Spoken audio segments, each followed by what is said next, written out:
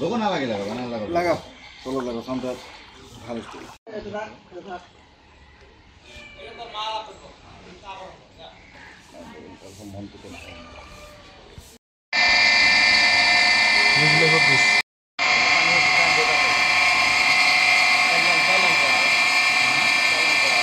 আমাৰ এইখন হৈছে কাজিপাৰা গাঁও আৰু এইখন মানে 4 নম্বৰ ৱাৰ্ড হয়। আমাৰ এইটো চাপৰ পৌৰসভাৰ অন্তৰ্গত হয়।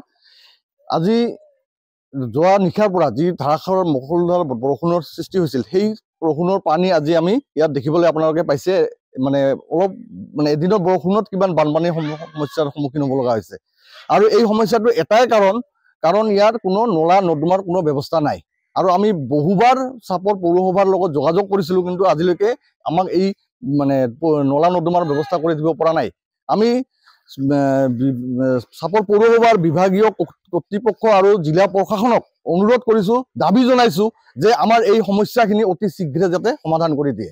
নিশা যিটো বৰষুণৰ সৃষ্টি হৈছিলে, সেই বৰষুণৰ ফলত এনেকুৱা ইয়াত প্ৰায় 200-250 মানে ঘৰ মানুহ হ'ব ইয়াত। এই অঞ্চলখন ইয়াৰ কোনো নলা নৰ্দমাৰ ব্যৱস্থা নাই ইয়াত। আৰু বিশেষকৈ এটাই ৰাস্তা আছিলে যিটোৰ পানীখিনি মানে ইয়াৰ পৰা নামি যাব পাৰিছিলে বা মানে ওলাই যাব পাৰিছিলে। সেই ৰাস্তাটো তাতে দুঘৰ মানুহ নিজৰ ব্যক্তিগত স্বাৰ্থৰ কাৰণে সিহঁতে মানে মাটি পেলাই পৌৰসভাৰ ৰাস্তাত মাটি পেলাই ওখ কৰি ৰাখিছে, আৰু সেইটোৰ কাৰণে এই মানে পানীটো ইয়াৰ বাহিৰ হৈ যাব পৰা নাই। আমি যিটো ৰাস্তা আছিলে ইয়াৰ মূল পথটোত মাটি পেলোৱা দুঘৰ নিজৰ ব্যক্তিগত স্বাৰ্থৰ কাৰণে চৰকাৰী কৰ্মচাৰী হয়, চাপৰ চক্ৰবিষয়া কাৰ্যালয়ত চাকৰি কৰ্মৰত অৱস্থাত আছে। এতিয়াও সিহঁতে ব্যক্তিগত স্বাৰ্থৰ কাৰণে মাটি পেলাইছিলে, মাটি পেলাই থৈ দিছে। সেই মাটিডোখৰ ওখ হৈ থকাৰ কাৰণে এই পানীটো বাগৰি যাব পৰা নাই। এইখিনিয়ে আমাৰ মূল সমস্যা। আমি ঘৰৰ পৰা বাহিৰ হ'ব পৰা নাই।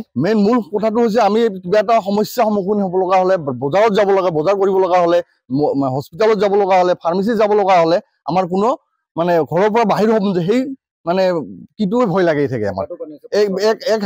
এঘাটো মানে কিছুমান ঠাইত আমাৰ 1 কোমৰলৈকে পানী আহি গৈছে, ঘৰৰ ভিতৰত পানী সোমাই গৈছে।